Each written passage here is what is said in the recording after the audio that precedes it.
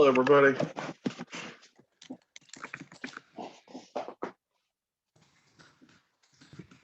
Hello. Y'all doing all right?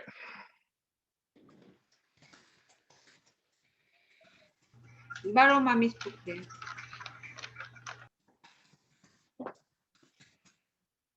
In a few more minutes, we'll get rolling.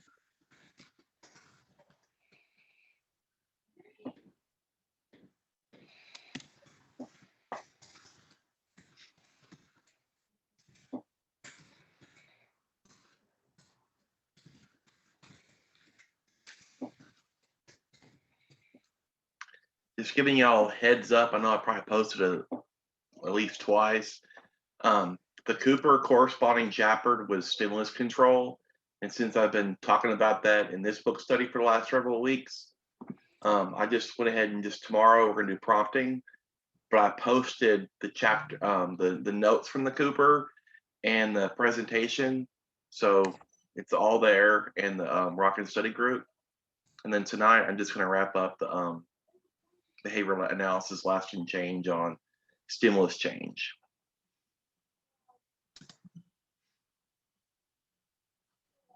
Just didn't want to leave anything out in case I missed something. Oh, you have the book or not, it's okay. We're just studying. We're just hanging out and studying. No worries at all.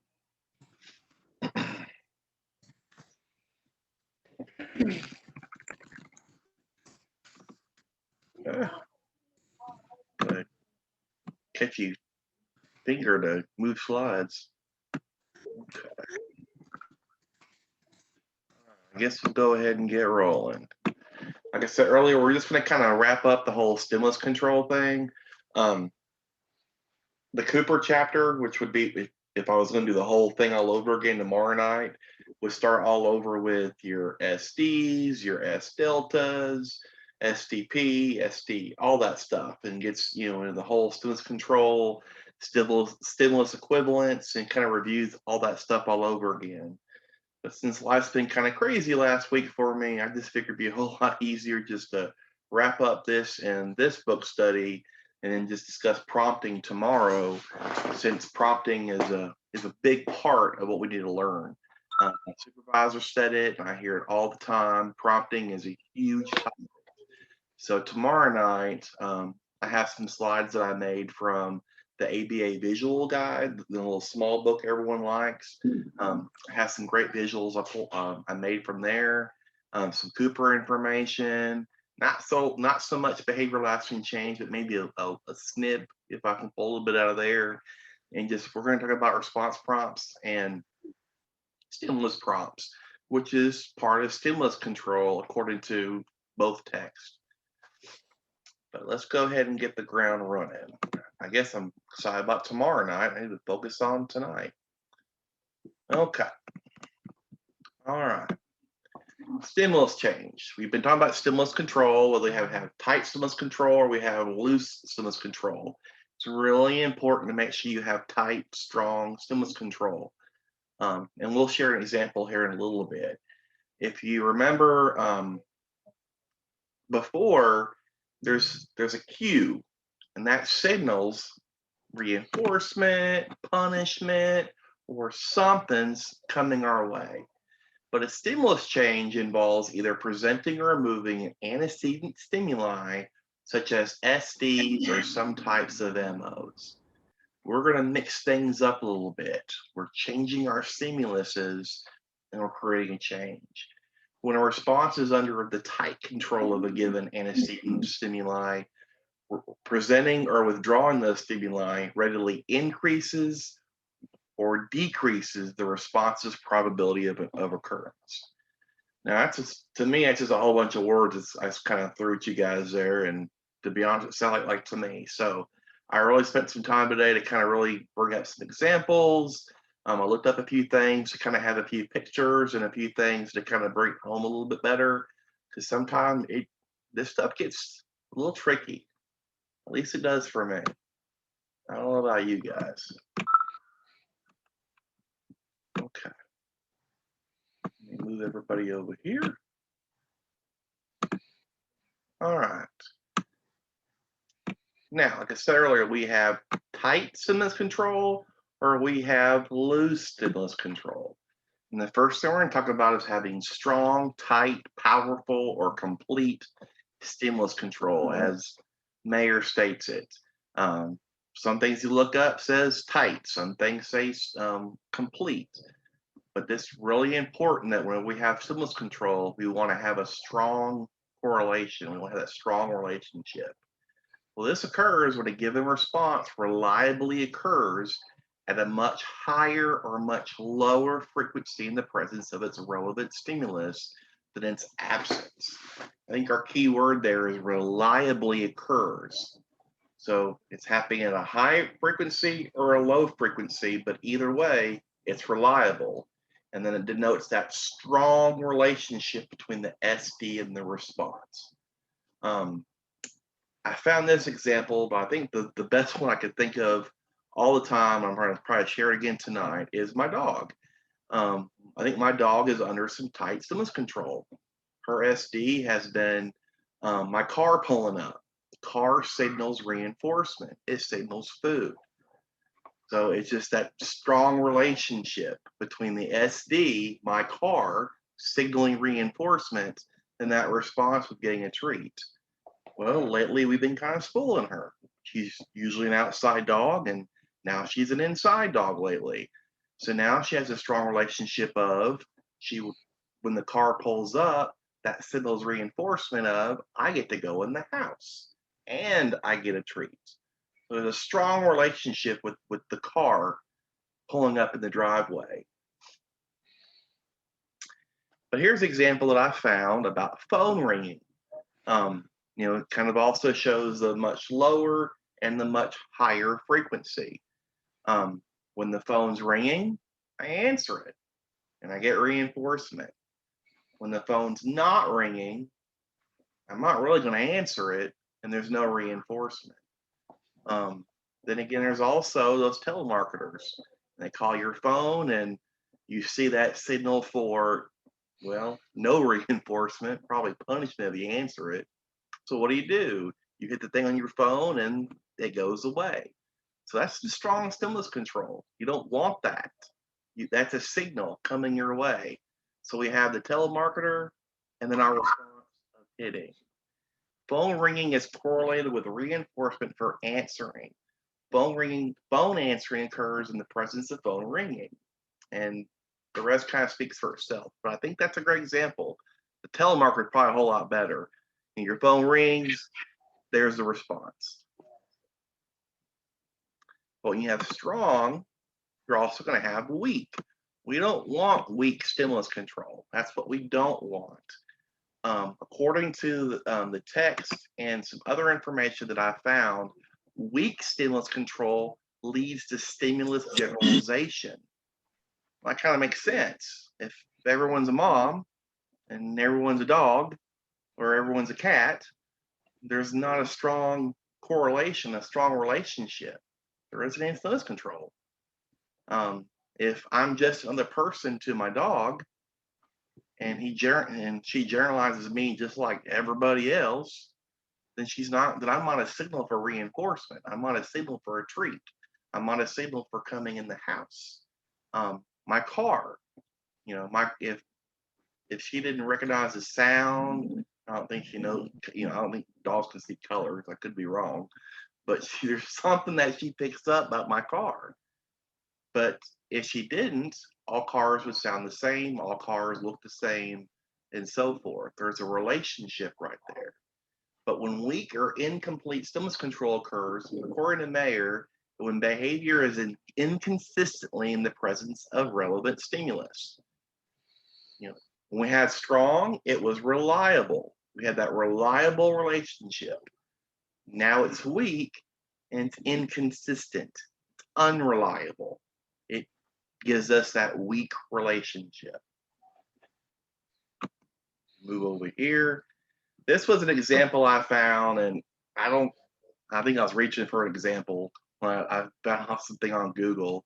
But the bottom line is, this child, I probably should have fixed the answer phone part there, but if everyone's mom. Everyone's not mom. Every woman is not a mom. Every person in a white coat's not a doctor. You get the idea. We can keep going, you know, all day long. So we have that stimulus generalization. We have faulty stimulus control. Am I making any sense, or am I rambling? I was kind of giving you my take. That's all it really kind of is. My wife was telling me, you better pass this test. If you don't, it's going to be like crazy world. Everyone will be like, man, all those Zooms. What's going to happen if he doesn't pass? All right, here we go. Stimulus change. Guess I just move everybody down. Okay. We're still kind of on the same information from from Mayer. So I kind of just headed everything in stimulus change. Yep. I'm going for one and done. That's why I started doing a lot of this stuff. Anytime we present or withdraw an antecedent stimulus for the purpose of changing a behavioral pattern, we use a stimulus change. Which that makes sense. You know, we have stimulus control, and now we want to change the behavior. We want to change a pattern, so we want to do a stimulus change procedure. I mean, that makes tons of sense. We don't like an inappropriate behavior. It has a pattern. We want to disrupt it. We want to change. Antecedents include physical, social, verbal, gestural, textual, pictorial, or other classes of stimuli. That sounds like why we would start to kind of lean toward the prompts. You know, we have those gestural prompts, textual prompts, pictorial prompts, verbal prompts, physical prompts. We have all those prompts that lead to a stimulus change, which we'll talk about a lot more tomorrow. But I think my light bulb moment for prompts was you have one that prompts a response, and one we're just changing the stimuli. Altering the environment is a familiar example of stimulus change. As we decorate or redecorate the living room, paint the walls a different color, or add music, we induce relaxation. That was the example from Mayer. You repaint the room, or you do this. Has, you know, if it has long-term effects, that's why I threw in the quick wins part. Really enjoyed reading that behavioral karma book. That's why I want to kind of throw a little quick nod in here on there, because it was great. This chapter talks a lot more about sub goals and goal setting and all those great things, which is a big part of the behavioral karma. And I threw in quick wins because quick wins is a stimulus change that makes positive effects for long term. Like at a school, the new principal comes in and he paints the whole building. He changes the morale, and we have some long-term effects. If we don't, then it wasn't a quick win. These quick wins, these little small stimulus changes, you know, they have long-term effects. They really, really do. That was an example from the quick win book, was the paint thing. I still want to read that book. I'm still waiting on it. But behavioral karma touches a lot more into some OBM concepts, setting goals, and then having those sub goals. In case you haven't realized, I really enjoyed the book. I'm not a reader, so that tells you a lot right there. I want to throw this together because I think when I study and I'm in study groups, I always come up with this idea of what is the difference between habituation and adaptation. You know, why, you know, they're the same. They have to be the same. You know, one, we're getting used to our environment. So what makes them different? Well, Mayer kind of talked a little bit about some differences. So I went and investigated some more and created this little slide. And I created a little table in the notes too. That way we have something to look at that has a side-by-side comparison of what's the difference between habituation and adaptation. And if you notice, I think my examples really, I don't know about you, but really brought it home for me. let's start off with habituation. It's used with respondent or automatic responding. That's pretty cool. So if you stop and think for a second, habituation is a respondent. It's respondent learning. And the adaptation is operant. It's that learned responding. That's according to Mayer. And then we start to get into habituation is accessible to conscious control. Oh. And then adaptation is not accessible to conscious control. Adaptation is tied closely to stimulus intensity. Habituation is not. Adaptation not is, habituation is tied very closely to the number, the length, or the recency of the exposures of the stimulus. Adaptation is not. It's not tied to anything. Habituation is reduced sensitivity to a stimulus, even if the stimulus changes. And then adaptation is reduced sensitivity to an unchanging and constant stimulus. So we could probably talk about, my number one favorite example is the volcano for habituation. Yes, it's changing. It's ever changing. We get used to it. We get used to their responding. We know it's there. We know how it's, it goes, it goes off and we're like, oh my goodness, it's going to get me. And then after a while, we're just, whatever, it's not going to get me at all. It's right there. I'm good to go. So Mr. Turtle over here, he's in the same boat. He doesn't want anybody, I'm sorry, let me fix this. Kind of OCD, and I want, I'm OCD about I want everything kind of shown here. But the turtle, he's not a very trusting fellow. I mean, he's not gonna let everybody come touch him and pet him and give him all this love. He's gonna be really cautious. He's gonna be really startled. And then over time, when he realizes he's not in danger, he's gonna let you pet him. That lost dog that has so many bad experiences and doesn't trust anybody, and you put your hand out and it just kind of puts its head down. After several exposures, the dog realizes he loves me. He's gonna pet me. He's not here to hurt me. That's habituation. All these stimulus changes. Now adaptation, this was a really cool example I thought was, you jump in the pool, water's freezing. And after a while of being in the water, you don't really notice how cold it is anymore. Yeah, definitely. But the pool example I thought was great. You're in the water, it's cold. Of course, I think that was an example for real when I was a lifeguard.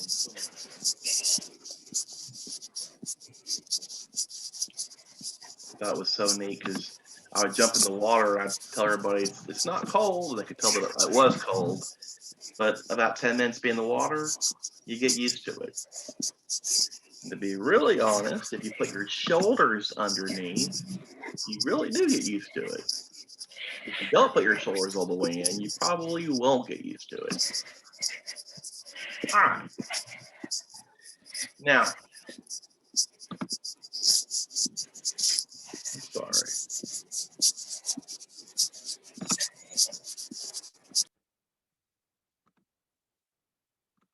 Okay. All right.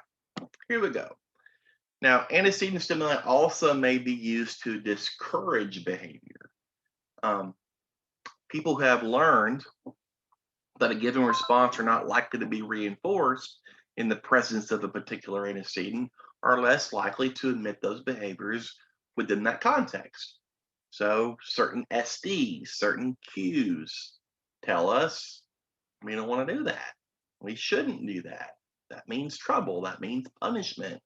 That means no reinforcement. Well-established SDs can promote behavior discriminative stimuli and can reduce responding. Just like I said, some can show punishment, some can promote, and some can discourage. Your S delta, your SD, and your SDP. And the example from the book was about Paula calling her boyfriend.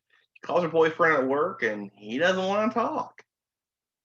So this signals to her that when he's at work, I probably shouldn't call him. It doesn't mean that the example doesn't say that Paula's boyfriend's boss is getting on to him or yelling at him. It's just Paula calls him at work. He's busy at work. He gets off the phone. So Paula isn't reinforced by calling him during certain hours. I mean, stop and think about it for a second. When we make our phone calls, when do we call people usually? During certain peak times. Because there's certain, I don't know about you guys, but I know myself, if I want to call my son, for example, there are certain times I call him because it's reinforcing. I know he's going to talk to me for at least 15 minutes. If I call him during the day, he's going to be at school. That's not reinforcing. That's an S delta. So I'm probably not going to call him so much in the daytime because I'm not going to get reinforcement. Unless he calls me, then it's pretty reinforcing. This is an example that I made up because it said my brother written all over it. When we were little kids, my brother decided to put cinnamon in his nose. He thought, well, he just gonna put cinnamon in my nose, and all I don't know what he was thinking, why he did it. We did some crazy things growing up, to be honest with you. But he wanted to put cinnamon in his nose. Every day after that, whenever he saw cinnamon, it served as a punisher because when he sniffed it, it burned his nose. So now for the rest of my brother's days, he sees cinnamon. Cinnamon is an SDP for punishment. Can't get better than that on an example. For real world applications. This was kind of a neat one, as far as the example goes, because I thought the book had a on the mark example. As long as the behavior is tightly controlled, like I said earlier, we need to have that tight control. Whether it's a SD reinforcer, SD for extinction, SDP for punishment, they all can affect behavior. We just said that. Everything affects behavior. They might function to increase, decrease, or possibly simple support the continuation that something may have just stopped. Now, here's a cool example I thought was cool. When the effects of discriminative stimuli on behavior can be modified by different contexts. Wow, that sounds like a lot right there. But it's also called conditional discriminations. Remember when you were in school and you had that big project due, the big homework thing due, and you got lucky and a snowstorm happened or something hit and school got canceled the next day and you're like, whew, I wasn't done. Well, actually, you weren't done. You weren't close to being done. So when you heard the weather report for school closings, you just closed up shop and thought, I'm not doing my work at all for tomorrow. That's conditional discriminations. Of course, I didn't have that opportunity when I was a kid. My mom made sure I got my stuff done. But, we hardly ever closed school for snow in Kansas. But nonetheless, when even at work as an adult, we're not going to be at work tomorrow. Something's coming along the way. And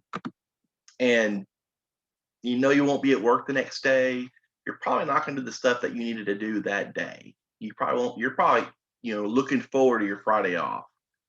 I know I am. If I have a conference and I get sick or something happens, I can't show up I just don't, I do my work, but you get the idea. I don't want to make y'all think that I don't do my stuff, but I do. All right. Advantages and disadvantages of stimulus change. Try to move everybody around so I can see my slides. The most obvious advantage is establishing and using stimulus control to manage particular behaviors. We can influence the frequency of those behaviors. We have those SDs. We present the SDs, and we can control that behavior, so to speak. Stimulus change has the advantage of being able to evoke or suppress behavior temporarily. And then stimulus control strategies to heighten the effectiveness of many of the other behavioral procedures. So we use stimulus control for other things. I thought that was really neat. We use it for shaping. We use it for chaining. And we also design to reduce, extend, and maintain behavioral change. That's really neat because if you stop and think about chaining, those SDs signal reinforcement for the next link. So you need to have strong stimulus control when you do a chain. The disadvantages, the main problem depending on stimulus change is that it may prove unreliable at any particular occasion because other factors readily alter its effects. Those things that we can't control, they're gonna have an effect, then they will. Is that contingency managers are not always in position, to arrange each and every stimulus that may set the occasion for a desired response. For example, token boards. I don't know how many teachers that we love them, but do we really have the time to do an FR1 in a classroom? It'd be great. I mean, it would be awesome. Here's your stimulus, here's your reward. Here's that behavior is a stimulus, here's a reward. But sometimes our managers don't have the time. They're not in position to make those changes, those desired responses. All right, and this was really neat because it kind of came close to me. The behavior is absent. We present this beautiful visual schedule. We bring out these PECs and we bring out this break card, but the learner doesn't understand what he's supposed to do. We give him a break card and he's supposed to know it means break. We give him a PEC system and he's supposed to know these mean reinforcement and communication. We give him a visual schedule and he's supposed to know it tells me my schedule and I know how to check it. You have to teach the skills. If they don't know what to do, then we don't have stimulus control. It won't evoke that response. Stimulus change is bound to fail if the person has yet to learn the behavior you are trying to evoke. If they don't know what they're doing and it's missing from their repertoire, they can't do it. So if you want to teach break card or use a break card, teach them the break card. You want to use a visual schedule, teach them the visual schedule. You want to teach token boards or whatever's going on, whatever behavioral change, whatever system you want to do, you need to teach it. And I totally agree, Jamie. I think I'm just as guilty too. I know there's some people in our field that, we're great here. Here's a token board, here's a whatever, good luck. And I think I've been working on that hard this year, teaching when I pass out. Here's this, I'm going to show you how to use it. Here's this, I'm going to show you how it works. But it takes time. It takes time to develop that control. All right. Stimulus control is weak or absent. Like we said earlier, the goal is to have strong stimulus control. So when you have stimulus generalization, control is absent. When we have interference stimuli, we kind of said a little bit earlier, we have distractions that go on, the loss of a loved one, you're under the influence, you're undergoing some illness. Those things tend to take us away from that control that we have. I think a great example would have been last week. I was feeling under the weather over the weekend, and that took me away from of hitting those marks because how I plan and prepare, it probably is control. There's the thing cues me to do this, and when I'm done with the outline, that's my cue to make my presentation. Then I post it. Then once I post, I put my event up. Have all those cues. But I'm not feeling very good. I don't hit them in a row. I don't study like I should. I don't do what I need to do in a row.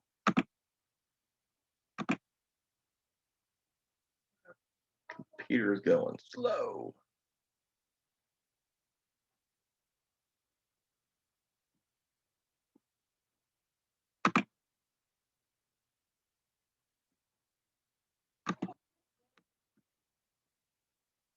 Okay. The absence of reinforcement. To correct the situation, differential reinforcement needs to be systematically and optimally reinstated. It's a mouthful of words right there. If there's no reinforcement when you do chaining, there's no reinforcement when you do anything. And there's this, and goes right to the next one. We have that history of punishment. These behaviors lead to punishment.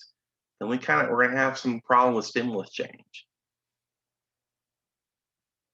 At the dog, if the dog's used to always being hurt, it's gonna have, I'm rambling. All right. I don't want to ramble. I think I was on a roll until right there. All right. Did that help anybody? It's kind of short and sweet because then it goes into goal setting, sub goals. It even talked a little bit about precision teaching, but I'm going to hold off on that until I want to do a lesson one night on all the instructions. So I'm just kind of strong. I don't know about you guys, but I'm struggling on precision, PSI, direct instruction, and all that. So I just kind of want to save it for one good night. But like I said earlier, all my slides are available. All my outlines are available on the Rocket Study Group. I appreciate y'all being here. I really, really do.